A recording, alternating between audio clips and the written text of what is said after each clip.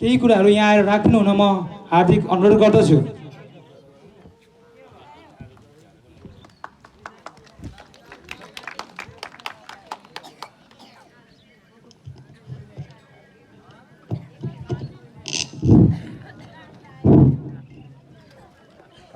धन्यवाद कार्यक्रम सञ्चालक ज्यू। झापाली ग्रुप एन्ड अफ कम्पनी गौरादा छ जामुना झापा द्वारा कुञ्जन लुगा धुने साबुन उत्पादन गर्ने सन्दर्भमा कम्पनी स्थापित गरी आज यस कम्पनीको समुद्घाटन कार्यक्रमको आयोजना भएको छ। यस समुद्घाटन कार्यक्रमलाई अध्यक्षता गर्नुहुने यस कम्पनीका अध्यक्षज्यू,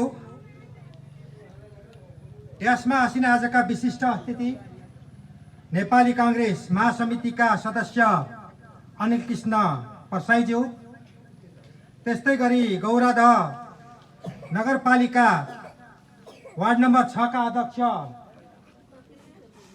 खड्ग प्रसाद पराजुलीज्यू, त्यस्तै गरी गौरादह वार्ड नम्बर 5 का वडा अध्यक्ष, उहाँ मेरो नाताले मामा पनि पर्नुहुन्छ, छत्रपति सुवेदीज्यू, त्यस्तै गरी ड्यासमा आसीन विभिन्न राजनीतिक पार्टीका प्रमुख एवं प्रतिनिधिज्यूहरू र यस समुद्घाटन कार्यक्रममा उपस्थिति दिनुहुने तपाईँ गौरादह 6 दामुना वासी सम्पूर्ण बुबा आमा दाजुभाइ दिदीबहिनीहरूमा म प्रदेश सरकारको तर्फबाट यहाँहरूलाई हार्दिक न्यानो अभिवादन टक्राउन चाहन्छु। आज युवा साथीहरूले कोरोनाले उद्योग धन्दाहरू सकसमा परिरहेको बेला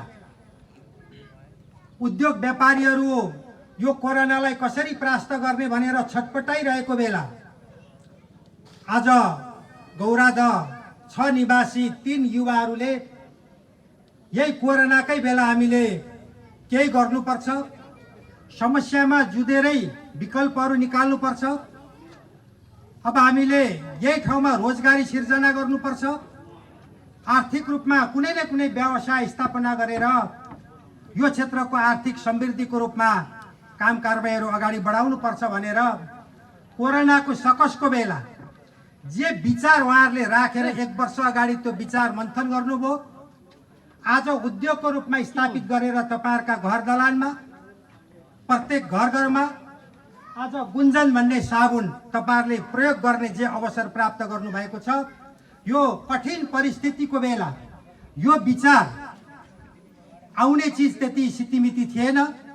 त्यो विचार जो ल्याउनको लागि युवा साथीहरू जुटेर आज जे किसिमको सफलता प्राप्त गर्नु भएको छ, म ती सफल व्यवसाय, यस अर्थमा म सफल व्यवसाय भन्छु, अत्यन्त प्रतिकूल अवस्थामा पनि उद्योग स्थापना गर्न सक्ने ती सफल व्यवसायहरूलाई म प्रदेश सरकारको तर्फबाट हार्दिक बधाई र यहाँको यो उद्योगको पूर्ण सफलताको शुभकामना व्यक्त गर्न चाहन्छु। र यहाँको यो उद्योगले आगामी दिनहरूमा 3 करोड नेपाली जनताको हात हातमा यो गुन्जन साबुनले तपाईको हात धुने, लुगा धुने जस्ता कामहरू गर्नको लागि सफलता प्राप्त होस्।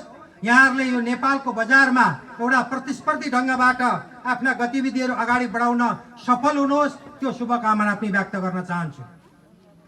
आज हामी युवाहरू व्यवसायमा आउनको लागि गाह्रो परिरहेको बेला हामी अलिक पढे लेखेका युवाहरू अलिक राम्रा कन्ट्रीहरूमा जाने, युरोपमा जाने, क्यानाडा जाने, अमेरिका जाने, त्यतै आफ्नो चाहिँ जीविकाको कुराहरू त्यतै चलाउने, अलिक पढाइ लेखाइमा अब्बल नभएका दाजुभाइहरू खाडी मुलुकमा गएर आफ्नो जीविका पार्जन गरिरहेको यो सन्दर्भमा आफ्नै गाउँमा उद्योग धन्दा खोल्ने कुरा वास्तवमा उहाँहरूलाई हामी सबै हामी दाजुभाइ दिदीबहिनीहरूले सलोट गर्नुपर्छ, उहाँहरूको विचारलाई सम्मान गर्नुपर्छ। यो अत्यन्त जोखिम अवस्थामा पनि उहाँहरूले हामी प्रतिस्पर्धा गर्न सक्छौँ भनेर दृढ इच्छाका साथ उहाँहरूले जे सङ्कल्प गरेर लाग्नु भएको छ, यो सङ्कल्प, उहाँहरूको विचार, यो अडान र उहाँहरूले जो बजारमा प्रतिस्पर्धा गर्न सक्छौँ भन्ने दृढ विश्वासका साथ अगाडि बढ्नु भएको छ। यसलाई हामीले सलाम गर्नुपर्छ र फेरि पनि उहाँहरूलाई हामीले सफलताको लागि हामीले स्थानीय तवरबाट गर्नुपर्ने सरसहयोगहरू गर्नुपर्छ भन्ने कुरा पनि म यहाँको माझमा राख्न चाहन्छु। हिजो मात्रै हामीले हाम्रो उद्योग र वाणिज्य सम्बन्धी 1 नम्बर प्रदेशको समस्या के हुन सक्छन्, हामीसँग अवसरहरू के छन्, हाम्रा सम्भावनाहरू के छन् भन्ने हिसाबले हामीले एउटा अन्तर्क्रिया कार्यक्रमको आयोजना गरेका थियौँ। त्यसमा 1 नम्बर प्रदेशका विभिन्न व्यावसायिक सङ्गठनका प्रतिनिधिहरू, हामी सरकारको तर्फबाट हाम्रो आफ्नो उपस्थिति र 14वटा जिल्लाका घरेलु कार्यालयका कार्यालय प्रमुखहरू सहितको उपस्थितिमा हामीले जो एउटा अन्तर्क्रिया कार्यक्रम गऱ्यौँ। त्यहाँ पनि हामीले अब 1 नम्बर प्रदेशलाई औद्योगिक प्रदेशको रूपमा कसरी विस्तार गर्न सकिन्छ, 1 नम्बर प्रदेशलाई यहाँ हाम्रो भएको स्थानीय कच्चा पदार्थहरूलाई प्रयोग गरेर व्यावसायिक र औद्योगिकरणको दिशातिर कसरी अगाडि बढाउन सकिन्छ, यसमा हाम्रा समस्याहरू के छन् भन्ने कुराको पहिचान हामीले गर्ने सरस्वती हिजो त्यो काम हामीले गरेका छौँ। अघि युवा व्यवसायीहरूले भन्नुभएको छ हामीसँग दक्ष जनशक्तिको अभाव छ, कच्चा पदार्थको अभाव छ र हामीले पूर्वाधार निर्माण गर्ने सन्दर्भमा अघि यहाँ बिजुली बत्ती जडान गर्ने सन्दर्भमा हामीले केही दुःख पायौँ भन्ने आशयबाट पनि यहाँ केही कुराहरू आएका छन्। यस्ता समस्याहरू छन्, तथापि ती समस्याहरू छन् भनेर भाग्ने भन्दा पनि त्यसलाई सामना गर्दै अगाडि बढ्नुपर्छ। मैले अहिले व्यवसायी साथीहरूलाई सोधेँ, तपाईँहरूको यो उद्योग सञ्चालन गर्ने सन्दर्भमा अहिले 10 जनाले उहाँहरूले रोजगारी दिनुभएको छ। विदेशबाट चाहिँ उहाँहरूले प्रमुख टेक्निसियल मान्छे ल्याउनु भएको छ, उहाँले यहाँ ट्रेनिङ गराउँदै हुनुहुन्छ, केही समय ट्रेनिङ गराएपछि उहाँ फिर्ता जानुहुनेछ। यो समस्या छ। हिजो पनि हाम्रो छलफलमा यही आएको थियो, हामी उद्योग धन्दा खोल्न चाहन्छौँ तर हामीसँग दक्ष जनशक्ति छैन। फेरि पनि विदेशबाटै हामीले दक्ष जनशक्ति मगाउनु पर्ने स्थिति छ। त्यसो भएको हुनाले यो सरकारले हामीहरूलाई 1 नम्बर प्रदेशमा के उद्योग धन्दाहरू सञ्चालन गर्ने सम्भावनाहरू हुन सक्छन्, त्यो उद्योग धन्दाको लागि कति चाहिँ जनशक्तिहरू आवश्यक पर्छ, त्यसको एउटा सर्वे गरेर कमसेकम त्यस्ता खालका जनशक्ति उत्पादन गर्नको लागि हाम्रा चाहिँ प्राविधिक विद्यालयहरू स्थापना गर्ने या भएका प्राविधिक विद्यालयमा त्यो कोर्स डिजाइन गरेर अगाडि बढ्ने, सिटिबिटी मार्फत भएका ट्रेनिङहरूलाई अब यो हाम्रो आवश्यकताको आधारमा ती ट्रेनिङहरू अगाडि बढाउनुपर्छ भन्ने खालका सुझावहरू पनि आएका छन्। अब हामी यहाँहरूको आवश्यकतासँग जोडिएका, यहाँको उद्योग धन्दासँग जोडिएका जनशक्ति निर्माण गर्ने सन्दर्भमा हाम्रा प्राविधिक विद्यालयहरू, सिटिबिटी मार्फत चलाउने तालिम केन्द्रहरू मार्फत अब त्यस्ता खालका जनशक्तिहरू उत्पादन गर्ने काममा पनि हामी लाग्नेछौँ। हामीलाई अर्को पनि सुझाव आएको छ, हाम्रो नेपालबाट विभिन्न रोजगारीको सिलसिलामा बाहिर जाने ती रोजगार कामदार हाम्रा दाजुभाइहरू आज बाहिर गएर एउटा विज्ञता हासिल गर्नुभएको छ, त्यसको पनि एउटा सर्वे गरौँ हामीले। उहाँहरूको विज्ञतालाई यहाँ नेपालको उद्योग धन्दामा नेपालमै फिर्ता गराएर त्यो विज्ञ मान्छेहरूलाई हामीले यहाँ प्रयोग गर्न सकिन्छ कि सकिँदैन, कस्ता चाहिँ विज्ञता हासिल गरेका हाम्रा म्यान पावरहरू आज विदेशमा छन्, त्यसको पनि हामीले एउटा चाहिँ सर्वेक्षण गरेर उहाँहरूलाई नेपाल फर्काएर यहीँ रोजगार सिर्जना गर्न सकिन्छ कि सकिँदैन, यसको बारेमा सरकारले सोच्नु पर्यो भन्ने हिसाबले सुझावहरू आएका छन्। त्यसको बारेमा पनि हामीले अब त्यतातिर अलिकति ध्यान पुर्याउनु पर्छ जस्तो मलाई लागेको छ, त्यता पनि हामी सोचिरहेका छौँ। अहिले हाम्रो यो उद्योग धन्दाहरू सञ्चालन गर्ने सन्दर्भमा हाम्रा कार्यालयहरूबाट समयमा कामहरू नगरिदिने, झन्झटिलो अवस्था सिर्जना गरिदिने र व्यवसायहरूलाई उत्साहित बनाउनु पर्ने ठाउँमा निराश बनाएर फर्काउने खालका कामहरू भइरहेको छ। हामीले व्यवस्था त परिवर्तन गऱ्यौँ तर हाम्रो व्यवहारमा परिवर्तन भएन भन्ने खालका गुनासाहरू पनि आइरहेका छन्। हामी अब यो गुनासाहरूलाई क्रमशः सुधार गर्दै जानेछौँ र यही वर्षदेखि हामी कतिवटा एकाइमा सकिन्छ हामी अनलाइन सिस्टमबाट हाम्रा सेवाहरूलाई विस्तार गर्ने पक्षमा छौँ। हामीले एटलिस्ट अनलाइन सिस्टमबाट हाम्रा सेवाहरू प्रदान गर्न सक्यो भने कमसेकम त्यसले अलिकति छिटोपना आउने र अनियमितता हुनेबाट अलिकति त्यसले सुधार गर्ने, सुशासनको अलिकति प्रत्याभूति गर्न सकिने, छोटो समयमै कामहरू गर्न सकिने र थोरै जनशक्तिले ती कामहरू गर्न सक्ने अवस्था हुने भएको हुनाले अहिले भएका हाम्रा चाहिँ अत्याधुनिक प्रविधिहरूलाई कसरी हाम्रो यो सेवामा जोड्न सकिन्छ सरकारको तर्फबाट गरिने सेवा प्रवाहमा त्यो अहिलेका उन्नत प्रविधिहरूलाई जोडेर जनतालाई कसरी छिटो सरितो माध्यमबाट सेवा प्रवाह गर्न सकिन्छ त्यसको बारेमा पनि हामीले धारणा बनाइरहेका छौँ। अहिले हामीले हाम्रो उद्योगहरू सञ्चालन गर्ने सन्दर्भमा मैले अघि भाइहरूसँग सोधेँ, तपाईँहरूले यो नेपालको बजारमा प्रतिस्पर्धी ढङ्गबाट तपाईँहरूको उत्पादन कसरी जान सक्छ? उहाँले झन्डै 5,000 होइन 5,000 कार्टुन पर हप्ता, एक हप्तामा 5,000 कार्टन चाहिँ साबुन उत्पादन गरेर हामी बजारमा लान्छौँ भन्नुभएको छ। भनेको महिनाको 20,000 कार्टन साबुन उहाँहरूले बजारमा लानुहुनेछ। अब एवं प्रकारले त्यही ढङ्गबाट वर्षमा कति कार्टन उत्पादन हुन्छ भन्ने कुरा हामीले हिसाब निकाल्नेछौँ। अब यसलाई हामीले अन्तर्राष्ट्रिय बजारसँग प्रतिस्पर्धा हामीले गर्नु छ, किनभने अघि यहाँ कुरा आएको छ, भाइले नै भन्नुभयो झन्डै 1.5 अर्बभन्दा बढीको साबुन अन्तर्राष्ट्रिय बजारबाट यहाँ आउँछ भनेपछि हामीले उत्पादन गरेको चिज अन्तर्राष्ट्रिय बजारमा प्रतिस्पर्धी हुने खालको हामीले बनाउनुपर्छ। हामीसँग चुनौती छ, दक्ष जनशक्तिको अभाव छ, कच्चा पदार्थ विदेशबाट ल्याउनु छ, त्यसपछि हामीले अन्तर्राष्ट्रिय बजारमा प्रतिस्पर्धा गर्नु छ। यी सारा चिजहरूलाई हिसाब गरेर हामीले हाम्रो व्यवसाय सञ्चालन गर्नु छ। त्यसो भएको हुनाले तपाईँहरूले झट्ट हेर्दाखेरि यहाँ व्यवसाय सञ्चालन भयो, अब फटाफट चल्छ भइहाल्छ भन्ने चिज नरहन सक्छ। अब यसको गुणस्तरको कुरा हामीले ख्याल गर्नुपर्छ।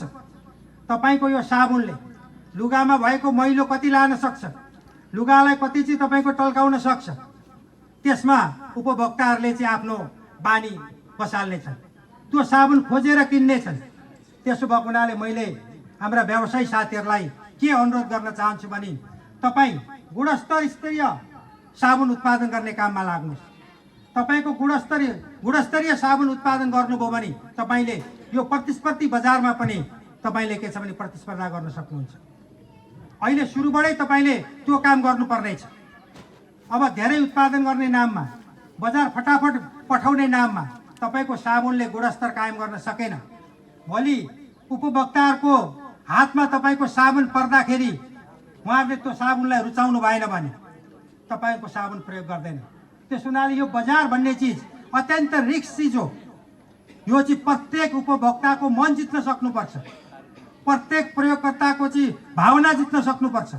त्यसो भएको कारणले गर्दाखेरि यो चुनौती बिचमा हामीले यो काम गरिरहेका छौँ। त्यसो भएको हुनाले यसको यो चुनौतीलाई विजय गर्ने तपाईँको यात्रा भनेको गुणस्तरीय सामग्री उत्पादन गर्ने हो, सकेसम्म लोकल स्तरमै जनशक्ति निर्माण गर्ने हो र बजारलाई प्रतिस्पर्धी ढङ्गबाट अगाडि बढाउने हो। यो कुरामा ध्यान दृष्टि दिएर तपाईँहरू अगाडि बढ्नुभयो भने राम्रो हुनेछ भन्ने कुरा म यहाँको माझमा राख्न चाहन्छु। हामीले चाहिरहेका छौँ, मैले भोलि वन कार्यालयको एउटा वन क्षेत्रको एउटा इन्ट्रेक्सन राखेको छु।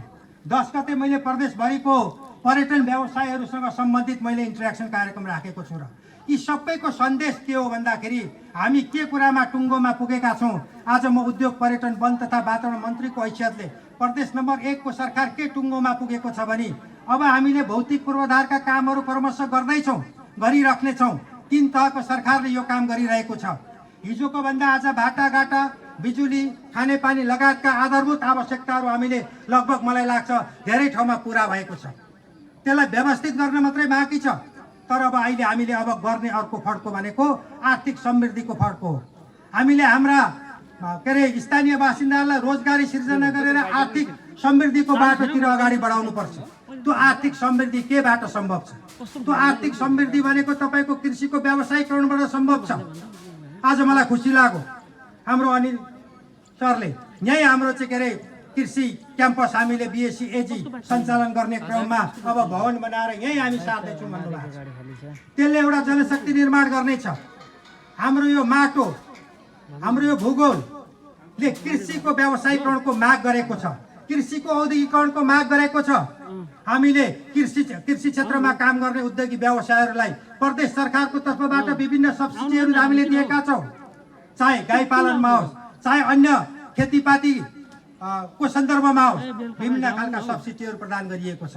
त्यो सब्सिडीको मकसद के हो भन्दाखेरि अब कृषि क्षेत्रमा लाग्ने व्यावसायिक कृषकहरूले अब औद्योगिकरणतिर व्यावसायिकरणतिर अगाडि बढ्नुपर्छ भन्ने हिसाबले हामीले गरेका छौँ।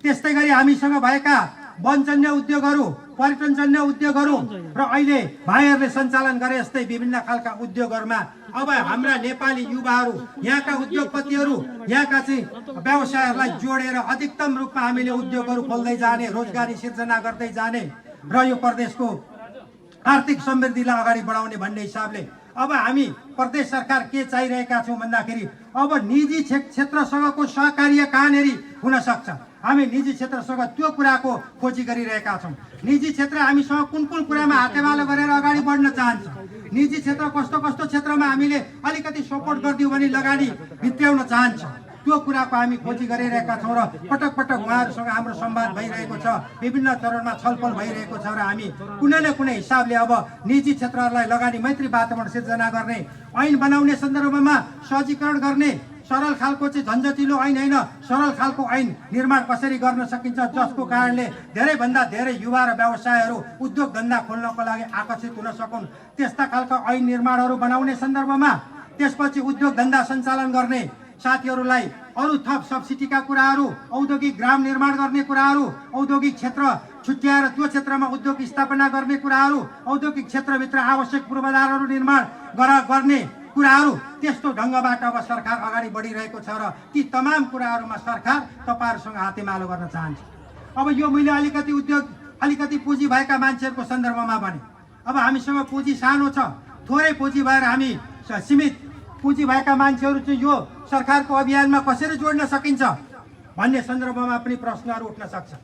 यसमा हामीले भनेका छौँ अब हामी कोअपरेटिभ मोडलबाट औद्योगिकरणलाई अगाडि बढाउन चाहन्छौँ। तपाईँ सहकारीको माध्यमबाट अब उद्योगलाई अगाडि बढाउन सक्नुहुनेछ, विशिष्टीकृत उद्योगहरू स्थापना गर्न सक्नुहुनेछ। त्यो तपाईँहरूले 1 पैसा 2 पैसा 100 रुपियाँ 10 रुपियाँ जम्मा गरेर सहकारीमा एउटा पुँजी निर्माण गर्नुहुनेछ र त्यो पुँजीलाई विशिष्टीकृत उद्योगको रूपमा विकास गरेर तपाईँ औद्योगिक क्रान्तिमा लाग्न सक्नुहुनेछ। त्यो अप्सन हामीले दिएका छौँ सरकारको तर्फबाट।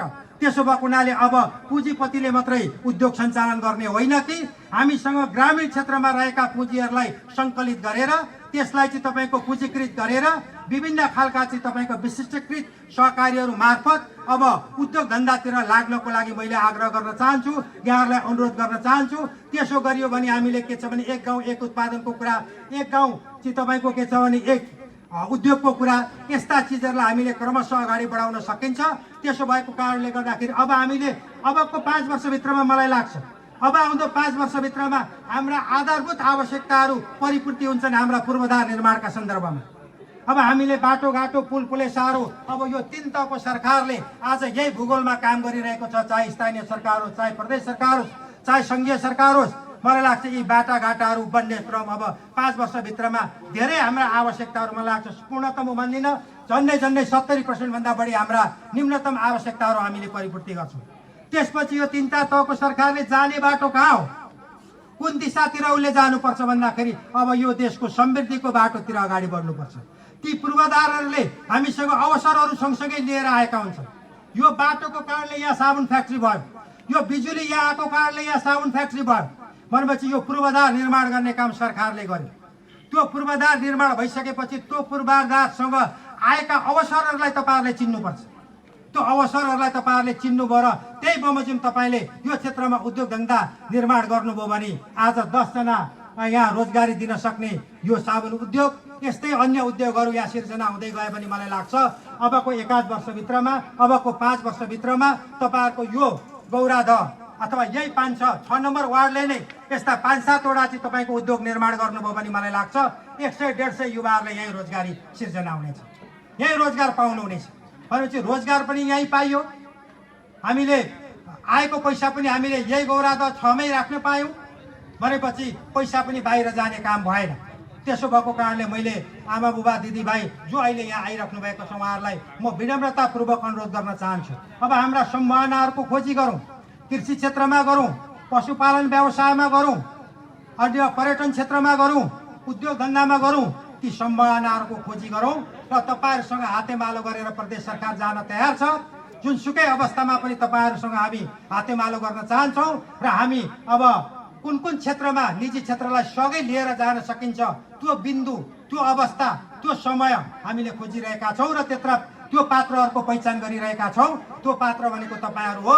त्यसो भएको हुनाले त्यही ढङ्गबाट आगामी दिनहरूमा तपाईँहरूले आफ्ना काम कारबाहीहरूलाई अगाडि बढाइदिनको लागि मैले अनुरोध गर्न चाहन्छु। हामीले आत्मनिर्भर अर्थतन्त्र निर्माण गर्नु छ। यही देशमा अधिकतम उद्योग धन्दाहरू खोल्नु छ। यही देशमा हामीले युवाहरूलाई रोजगारी सिर्जना गराउनु छ। आज विदेशको तातो घाममा काम गर्ने युवाहरूलाई यही हाम्रो अवसर छ, यही हाम्रो आर्थिक समृद्धि छ, यही रोजगारी छ भन्ने कुरा देखाउनु पर्नेछ। त्यो कुराको काम भनेको सरकारबाट मात्रै सम्भव छैन। सरकारले वातावरण सिर्जना गरिदिने हो, सरकारले आवश्यक पूर्वाधार निर्माण गर्ने हो, उद्योग धन्दा खोल्ने भनेको निजी क्षेत्रले नै हो। त्यसो भएको हुनाले तपाईँहरू निजी क्षेत्रमा अहिले जो लागिराख्नु भएको छ, जो उद्योग धन्दा खोल्छु भनेर एउटा सङ्कल्पका साथ जसरी आज 3टा युवाहरूले आफ्नो एउटा सङ्कल्पले यो आज सपना साकार बनाउनु भएको छ, त्यस्तै तमाम तपाईँ युवाहरूले त्यही ढङ्गबाट सकारात्मक सोचका साथ अगाडि बढ्नुभयो भने यो असम्भव भन्ने कुरा छैन। त्यसको प्रत्यक्ष उदाहरण हाम्रा अहिले यही उद्योग धन्दा सञ्चालन गर्ने भाइहरू हुनुहुन्छ। उहाँहरूलाई म प्रदेश सरकारको तर्फबाट फेरि पनि सलोट गर्न चाहन्छु। यस शर्तमा सलोट गर्न चाहन्छु कि कोरोनाले एकदम छेदबेचित भएको अर्थतन्त्र, उद्योग धन्दाहरू बन्द भएको अवस्थामा हामी यसलाई सञ्चालन गरेर देखाउँछु भन्ने यो कठिन एउटा चाहिँ तपाईँको अवस्था भएको बेला यो विचार आउनु भनेको यो युवाहरूको सकारात्मक सोच हो। केही गरौँ भन्ने एउटा चाहिँ तपाईँको दृढ उहाँहरूको सङ्कल्प हो। त्यसो भएको हुनाले यो कठिन परिस्थितिमा जे सङ्कल्प गरेर अगाडि बढेर आज उद्योग स्थापना गर्नुभएको छ, यो तपाईँहरूको सफलताको एउटा सिडी हो भन्ने कुरा पनि म यहाँको माझमा राख्न चाहन्छु। र मैले यहाँ आइसकेपछि तपाईँहरू पक्कै पनि अब आगामी दिनहरूमा जे ढङ्गबाट आज यो एउटा विशिष्ट परिस्थितिमा यहाँ आइपुग्नु भएको छ, यसले तपाईँहरूलाई अझ बढी सफलता प्राप्त गर्ने दिशातिर तपाईँहरू अग्रसर हुनुहुनेछ। तपाईँहरू पूर्ण रूपमा सफल हुनुहुनेछ। त्यसको फेरि पनि शुभकामना व्यक्त गर्दै मलाई यहाँहरूले आमन्त्रण गरेर आजको यस कार्यक्रमको प्रमुख अतिथि र यो कुञ्जन लुगा धुने साबुनको जो आज फ्याक्ट्रीको तपाईँको यो ओपन गर्ने जे अवसर प्राप्त गरिदिनु भएको छ, त्यसमा म फेरि पनि आजको यो फ्याक्ट्रीका साथीहरूलाई हार्दिक धन्यवाद दिन चाहन्छु। त्यस्तै गरी यहाँ आउनुहुने वार्ड अध्यक्षज्यूहरू, महासमिति सदस्य, नेपाली काङ्ग्रेसका ज्यू लगायत यहाँ सम्पूर्ण बुबा आमा दाजुभाइ दिदीबहिनीहरूमा फेरि पनि यहाँहरूलाई हार्दिक न्यानो अभिवादन टक्राउँदै बिदा हुन्छु। हस्, धन्यवाद।